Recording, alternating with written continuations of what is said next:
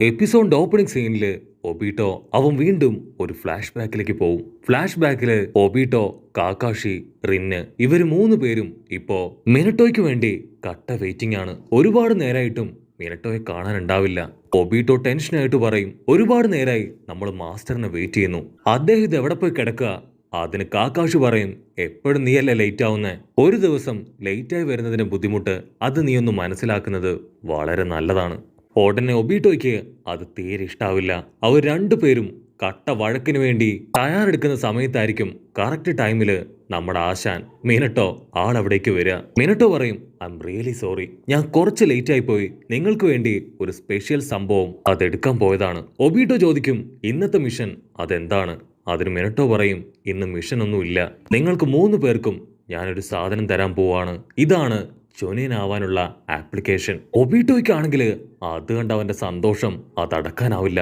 അവൻ തുള്ളിച്ചാടും. മിനട്ടോ പറയും, ഒബീട്ടോ ഇത് വെറും ആപ്ലിക്കേഷൻ ഫോമാണ്, ഇത് കംപ്ലീറ്റ് ചെയ്ത് ഒരുപാട് മിഷൻസ് ഒക്കെ സക്സസ്ഫുൾ ആയി കംപ്ലീറ്റ് ചെയ്താൽ മാത്രമേ നിങ്ങൾക്ക് ചൊനിയനാവാൻ കഴിയൂ. അത് കേൾക്കുമ്പോ പാവോ ഒബീട്ടോ അവൻ സാഡായി തല കുനിച്ചു നിൽക്കും. ഉടനെ കാക്കാഷി പറയും, അങ്ങനെയാണെങ്കിൽ ഒബീട്ടോ ഇപ്പൊ തന്നെ തിരികെ വീട്ടിൽ പോകുന്നതാണ് നല്ലതെന്ന് പറഞ്ഞ് അവനെ കളിയാക്കും. ഉടനെ രണ്ടുപേരും 150 പറഞ്ഞ് 100 പറഞ്ഞ് പൊരിഞ്ഞ അട്ടിഹിടി വഴക്ക്. മിനട്ടോ പറയും, നിങ്ങൾ രണ്ടുപേരും ഫൈറ്റ് ചെയ്യേണ്ട ആവശ്യമില്ല, ആക്ച്വലി ഇത് കമ്പൽസറി ഒന്നും അല്ല, നിങ്ങൾക്ക് താല്പര്യമുണ്ടെങ്കിൽ മാത്രം ഇതിൽ പങ്കെടുത്താൽ മതി. അവിടുന്ന് അങ്ങനെ ബ്ലാക്ക് ഔട്ട് ചെയ്ത് ചുനിയൻ എക്സാമിന്റെ ഫസ്റ്റ് എക്സാം അത് റിട്ടേൺ എക്സാം ആണ്. കാക്കാഷി ആണെങ്കിൽ വളരെ ഈസി ആയിട്ട് എക്സാം എഴുതി പുറത്തു പോവും. പക്ഷെ ഒബീട്ടോയ്ക്ക് അവൻ ഒരു ആൻസർ പോലും അറിയാതെ അങ്ങനെ തലയൊക്കെ ചൊറിഞ്ഞ് ഞാൻ ഉറപ്പായിട്ട് ഫെയിൽ ആവും എന്ന് ഉറപ്പിച്ച് നിരാശനായി ഡെസ്കിൽ കിടക്കും. അപ്പോഴായിരിക്കും ഒരു പേപ്പർ അവന്റെ അടുത്തേക്ക് വരിക. അവൻ അത് കണ്ട് ഷോക്കായി ഇപ്പൊ നിലത്ത് നിന്നെടുത്ത് അത് തുറന്ന് വായിക്കും. അതിൽ മുഴുവൻ ഒരുപാട് ആൻസേഴ്സ് ഉണ്ട്. അത് എഴുതിയത് മറ്റാരുമല്ല, സാക്ഷാൽ റിന്ന്. അവൻ ഹാപ്പി ആയിട്ട് എക്സാം മുഴുവൻ എഴുതി പുറത്തേക്ക് വരും. അവിടുന്ന് അങ്ങനെ ബ്ലാക്ക് ഔട്ട് ചെയ്ത് ദിവസങ്ങൾക്ക് ശേഷം അവരുടെ റിസൾട്ട് അത് വന്നിരിക്കുകയാണ്. നമ്മുടെ ആൾക്കാരെല്ലാവരും ഹാപ്പിയായി റിസൾട്ട് നോക്കാൻ നോട്ടീസ് ബോർഡിലേക്ക് വരും. ഓൾറെഡി കാക്കാഷി അവൻ പാസ്സായി കഴിഞ്ഞു. റിന്നിന്റെ ഹാർട്ട് ബീറ്റ് അത് കൂടി കൂടി വരും. അവൾ ഒരുപാട് ചെക്ക് ചെയ്യും. അപ്പൊ അതിന്റെ ഇടയിൽ അവൾ അവളുടെ പേരും കാണും. അവൾ സന്തോഷം കൊണ്ട് തുള്ളിച്ചാടും. അവസാനം ഒബീട്ടോ അവൻ ആ ലിസ്റ്റ് മുഴുവൻ അരിച്ചു പെറുക്കും. പക്ഷെ അവന്റെ പേര് അവിടെ കാണാനുണ്ടാവില്ല. അവൻ സങ്കടത്തില് കരയാൻ തുടങ്ങും. അപ്പോഴായിരിക്കും റിന്ന് ഒരു പ്രത്യേക കാര്യം അവന് കാണിച്ചു കൊടുക്കുക. ലാസ്റ്റ് വന്ന വേക്കൻസിയില് അവർ ഒബീട്ടോയെ പാസ്സാക്കി. അത് കാണേണ്ട താമസം നമ്മുടെ ചെക്കന്റെ സന്തോഷം അത് വേറെ ലെവലായിരിക്കും. അപ്പോഴായിരിക്കും മറ്റൊരു മാസ്റ്റർ ആൾ അവിടേക്ക് വരിക. മാസ്റ്റർ പറയും, സെക്കൻഡ് ലെവൽ ഓഫ് എക്സാമിനേഷൻ അത് വളരെ ടഫാണ്, സോ നിങ്ങൾ എല്ലാവരും അതിനുവേണ്ടി തയ്യാറാവണം. കട്ട് ചെയ്താ ഇപ്പൊ ജയിച്ച സ്റ്റുഡൻസ് എല്ലാവരും ഒരു ക്ലാസ് റൂമിലേക്ക് വരും. അവരുടെ മാസ്റ്റർ ഇപ്പൊ സെക്കൻഡ് എക്സാം അതിനെക്കുറിച്ച് ഡീറ്റെയിൽഡ് ആയിട്ട് അവർക്ക് പറഞ്ഞു കൊടുക്കും. മാസ്റ്റർ പറയും, ഇത്രയും കാലവും നിങ്ങൾ പഠിച്ച അല്ലെങ്കിൽ പ്രയോഗിച്ച ടൈജിപ്സു, കെൻജിപ്സു അങ്ങനെ എല്ലാ ജിപ്സും ഉപയോഗിച്ച് വേണം നിങ്ങൾ ഈ ഒരു ബാറ്റിൽ പങ്കെടുക്കാൻ. ഓപ്പോസിറ്റ് ടീമുകൾ നിങ്ങളോടൊപ്പം മത്സരിക്കാൻ ഓപ്പോസിറ്റ് ടീം ഉണ്ടാവും. അവരുമായിട്ട് ഒരു പക്ഷേ നിങ്ങൾ ഫൈറ്റ് ചെയ്യേണ്ടി വരും. ആകാശ് പറയും, ഇതൊരു ടീം കോമ്പറ്റീഷൻ ആണ്, അതുകൊണ്ട് അടുത്ത ദിവസമെങ്കിലും നീ ഷാർപ്പായിട്ട് എത്തണം, എപ്പോഴത്തേന്നും പോലെ നീ ലേറ്റ് ആവാൻ പാടില്ല എന്ന് പറഞ്ഞ് കാക്കാഷി വീണ്ടും ഒബീട്ടോയെ കളിയാക്കും. ഒബീട്ടോയ്ക്ക് അത് സഹിക്കില്ല. ഒബീട്ടോ വീണ്ടും ഇപ്പൊ കാക്കാഷിയായിട്ട് പൊരിഞ്ഞ ഫൈറ്റ്. റിന്നിന് കരി കയറി ഇപ്പൊ രണ്ടുപേരെയും അവൾ വഴക്കു പറയും. അവിടുന്ന് അങ്ങനെ ബ്ലാക്ക് ഔട്ട് ചെയ്ത് അവരുടെ സെക്കൻഡ് എക്സാം അത് ആരംഭിച്ചിരിക്കുകയാണ്. എല്ലാവരും പരസ്പരം ഫൈറ്റ് ചെയ്തും അവരുടെ പവറൊക്കെ ഉപയോഗിച്ച് നല്ല ഉഷാറായിട്ട് ഗെയിം കളിക്കുകയാണ്. അവരുടെ ബാറ്റിൽ കാണാനായിട്ട് ഇപ്പൊ തേർഡ് ഹോക്കാഗെയും മിനട്ടോയും അവർ രണ്ടുപേരും ആകാംക്ഷയോടുകൂടെ നോക്കി നിൽക്കുകയാണ്. അപ്പൊ അവിടുന്ന് അങ്ങനെ ബ്ലാക്ക് ഔട്ട് ചെയ്ത് ഒബീട്ടോയെ കാണിക്കും. അവൻ എപ്പോഴും ലേറ്റായി വരാൻ കാരണം ഏജ്ഡ് ആയ ഒരമ്മച്ചിയെ അവൻ വഴിയിൽ വെച്ച് സഹായിക്കും. അവൻ ഇന്നും ആ അമ്മൂമ്മയെ വഴിയിൽ വെച്ച് കണ്ട് അവരെ സഹായിച്ചിട്ടായിരിക്കും ബാറ്റിൽ ഫീൽഡിലേക്ക് ഓടുക. അവൻ ഓടി തളർന്ന് നോട്ടീസ് ബോർഡിന്റെ തൊട്ട് മുൻപിലെത്തും. ഏതൊക്കെ ടീം തമ്മിലാണ് പരസ്പരം മത്സരിക്കുന്നത് എന്നുള്ള ഡീറ്റെയിൽസ് അവൻ വായിച്ച് മനസ്സിലാക്കും. കാക്കാഷി ടീമിന് ഓപ്പോസിറ്റായി മൈഗൈ ടീമായിരിക്കും ഫൈറ്റ് ചെയ്യേണ്ടത്. കട്ട് ചെയ്ത ബാറ്റിൽ ഫീൽഡ് കാണിക്കും. അവിടെ ടീച്ചർ പറയും, ഒബീട്ടോ അവൻ ഇപ്പോഴും എത്തിയിട്ടില്ല, നിങ്ങൾക്ക് മുൻപില് 5 മിനിറ്റ് മാത്രമാണ് ബാക്കിയുള്ളത്, അതിനുള്ളില് ഒബീട്ടോ വന്നിട്ടില്ല എങ്കിൽ നിങ്ങൾ തീർച്ചയായിട്ടും ഈ ഒരു എക്സാമില് ഡിസ്ക്വാളിഫൈ ആകും. കാക്കാഷി അടിച്ചു പറയും, ഉറപ്പായിട്ടും നമ്മൾ തോൽക്കും, ഒബീട്ടോ അവൻ ഇന്നും ലേറ്റ് ആയിട്ടേ വരൂ.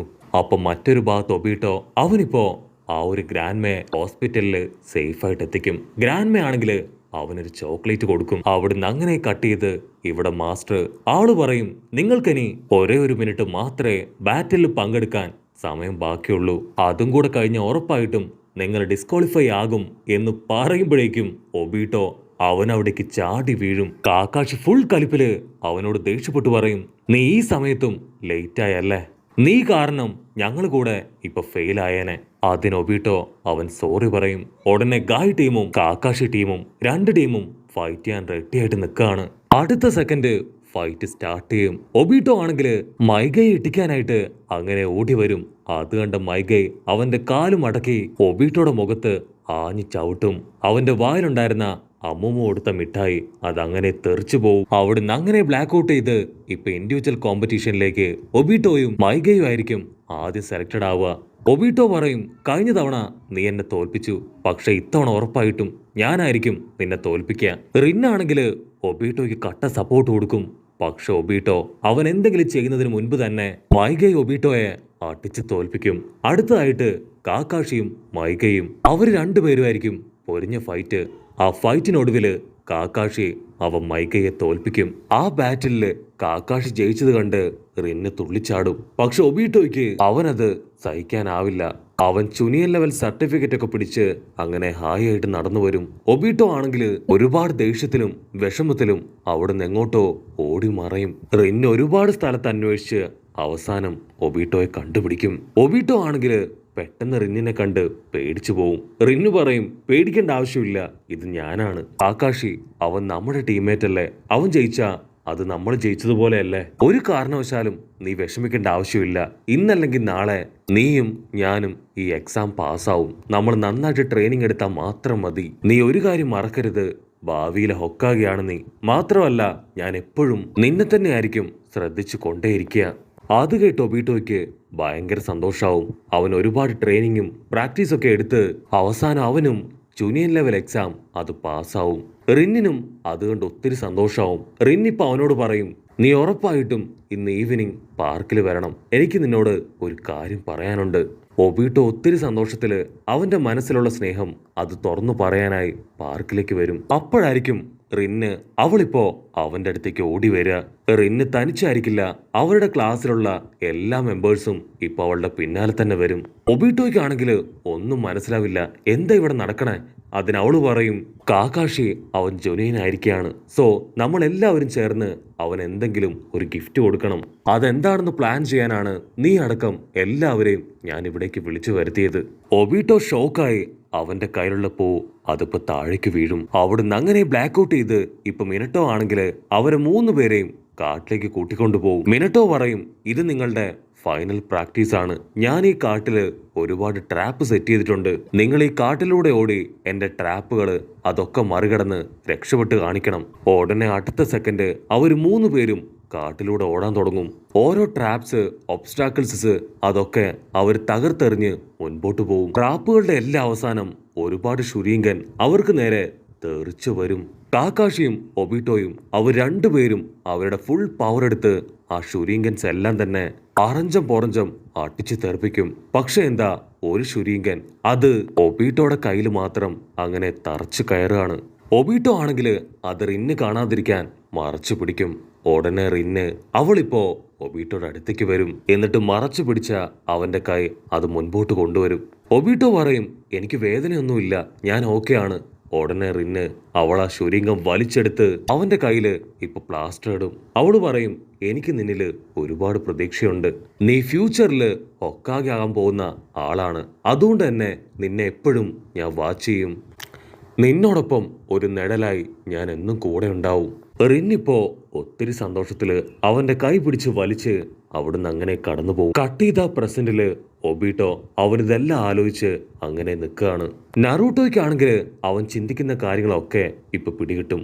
നറൂട്ടോ പറയും, നീ നിന്റെ പഴയ ലക്ഷ്യങ്ങള് അതൊക്കെ എടുത്തെറിഞ്ഞിരിക്കുകയാണ്, ഇപ്പൊ നിന്റെ ഉള്ളില് സ്വാർത്ഥത മാത്രമാണ് എനിക്ക് കാണാൻ സാധിക്കുന്നത്, പുതിയൊരു ലോകം ഉണ്ടാക്കി അവിടുത്തെ ദൈവമായി മാറാനാണ് നീ ഇപ്പോ ശ്രമിച്ചുകൊണ്ടിരിക്കുന്നത്. നീ ടെൻടെയിലിനെ അടിച്ചും ഇടിച്ചും കൺട്രോൾ ചെയ്യാൻ ശ്രമിച്ചു. സത്യത്തിൽ ഇങ്ങനെയൊക്കെ ചെയ്താ നിന്റെ ലക്ഷ്യം അത് സക്സസ് ആവുമെന്ന് നിനക്ക് തോന്നുന്നുണ്ടോ? നിന്നെക്കൊണ്ട് ഒരു കാരണവശാലും റിന്നിനെയും കാക്കാഷിയെയും എന്റെ പപ്പയെയും മറക്കാൻ കഴിയില്ല. അവരെ എല്ലാവരെയും നീ നിന്റെ വഴിയിലേക്ക് കൊണ്ടുവരാനാണ് ആഗ്രഹിക്കുന്നത്. ഇപ്പൊ റിന്ന് അവൾ ജീവിച്ചിരിക്കുകയാണെങ്കിൽ നിന്നോട് എന്താ പറയാന്ന് നിനക്കറിയില്ലേ? ഒരു കാരണവശാലും നിന്റെ വേദന അത് മറച്ചു വെക്കാൻ പാടില്ല. ഞാൻ എപ്പോഴും നിന്നെ കണ്ടുകൊണ്ടിരിക്കുകയാണ്. ഇതായിരിക്കും അവൾ നിന്നോട് ഇപ്പോഴും പറയുക. ഒരു കാരണവശാലും ഒന്നുകൊണ്ടും നീ ഭയക്കാൻ പാടില്ല. എന്റെ കൈ പിടിക്ക്. എന്നിട്ട് എന്റെ വഴി വായൊന്ന് പറഞ്ഞ് നറൂട്ടോ അവൻ കൈ നീട്ടുന്നതോടു കൂടെ ഈ ഒരു എപ്പിസോഡും അവസാനിക്കുന്നു. എപ്പിസോഡ് ഇഷ്ടപ്പെടുകയാണെങ്കിൽ തീർച്ചയായിട്ടും ലൈക്ക് ചെയ്യാനും കമന്റ് ചെയ്യാനും ഷെയർ ചെയ്യാനും മറക്കല്ല.